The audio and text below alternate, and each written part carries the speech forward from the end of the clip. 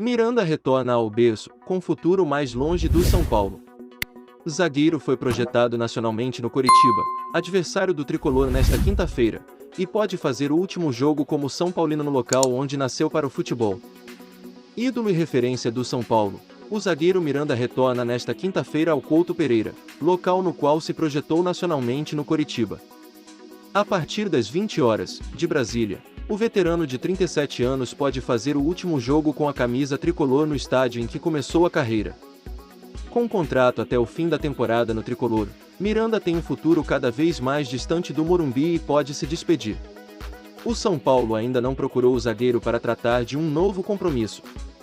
Ao mesmo tempo, há pessimismo em relação a uma renovação diante do atual cenário do ídolo dentro do elenco.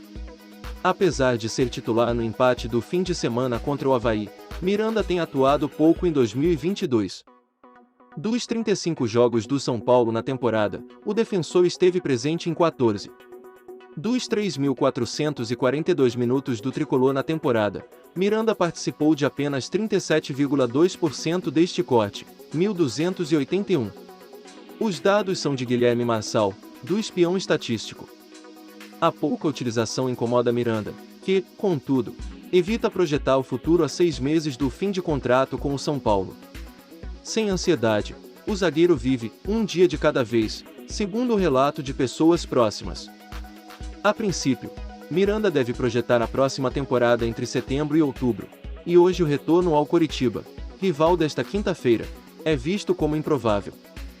O jogador recentemente recebeu sondagens de uma equipe dos Emirados Árabes Unidos, mas não se animou.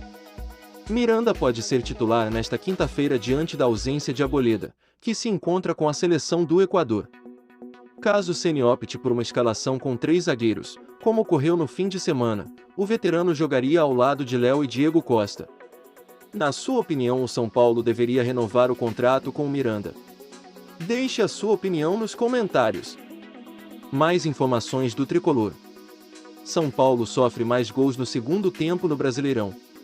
Dados mostram que a equipe se tornou mais frágil nos 45 minutos finais dos jogos pela Série A. Não é uma impressão, torcedor tricolor. O São Paulo tem sofrido mais gols no segundo tempo dos jogos neste Campeonato Brasileiro, que acabam gerando tropeços da equipe de Rogério Ceni. O time volta a campo nesta quinta, às 20 horas, de Brasília, para enfrentar o Coritiba, no Couto Pereira, pela 10ª rodada. Dos 11 gols cedidos pelo São Paulo nos 9 primeiros jogos, 6 ocorreram nos 45 minutos finais de partida, 54,5%, enquanto 5 na parte inicial de jogo, 45,5%. Os dados são de Guilherme Marçal, do Espião Estatístico. A porcentagem se inverte na comparação com toda a temporada de 2022. Dos 33 gols sofridos no total, 15 ocorreram na parte final de jogo, 45,5%, enquanto 18, 54,5%, no primeiro tempo.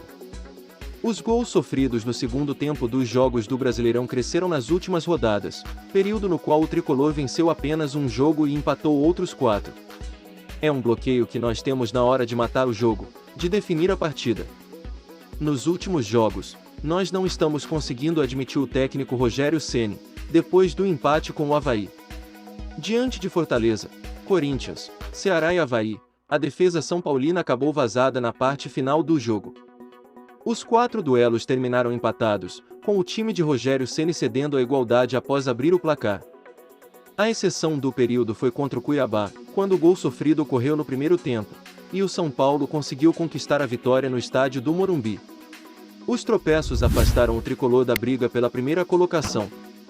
Com 14 pontos, o clube está fora do G4. Preocupação para Ceni. Forma temerária, STJD se movimenta e Ceni é avisado que São Paulo pode perder peça-chave com punição pesada. Nesta quarta-feira, 8, o tricolor do Morumbi foi informado de que pode ter um desfalque significativo em sua formação titular. Após denúncia no Superior Tribunal de Justiça Desportiva, STJD, o meio-campista Igor Gomes pode ser afastado com um gancho de 6 jogos. O problema é resultado de sua expulsão diante do Ceará, no final de maio. Os 6 jogos de punição serão determinados, se o atleta pegar o gancho máximo do tribunal.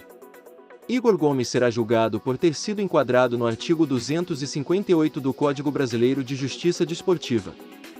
Tal artigo determina a punição a quem apresenta conduta contrária à disciplina esportiva. A denúncia expõe as atitudes de Gomes durante a partida disputada no Morumbi, desrespeitou membros da equipe de arbitragem, crava o documento. Na súmula do jogo ao qual foi expulso, o árbitro Bruno Aleu de Araújo relatou assim o motivo: aos 44 minutos do segundo tempo, expulsei em razão do segundo cartão amarelo o atleta de número 26, senhor Igor Silveira Gomes por ter calçado de forma temerária, na disputa de bola, o seu adversário de número 10, da equipe Ceará Sporting Clube, senhor John Steven Mendoza Valência. O atleta atingido não necessitou de atendimento médico. O fato ocorreu na intermediária do campo de defesa da equipe do Ceará. Igor Gomes saberá qual será sua punição no dia 15 de junho, data de seu julgamento. A baixa do meio-campista tricolor deve impactar o esquema tático de Rogério Ceni, já que o atleta é uma das peças-chaves da equipe. Tanto que dos 35 jogos que o São Paulo disputou na temporada, Igor foi acionado em 25, dos quais começou como titular em 22. O camisa 26 do Morumbi não esteve presente na última rodada, diante do Avaí, pois cumpria suspensão automática, mas tem retorno confirmado para a partida diante do Coritiba, que acontece na quinta-feira, 9, no Paraná, no Couto Pereira.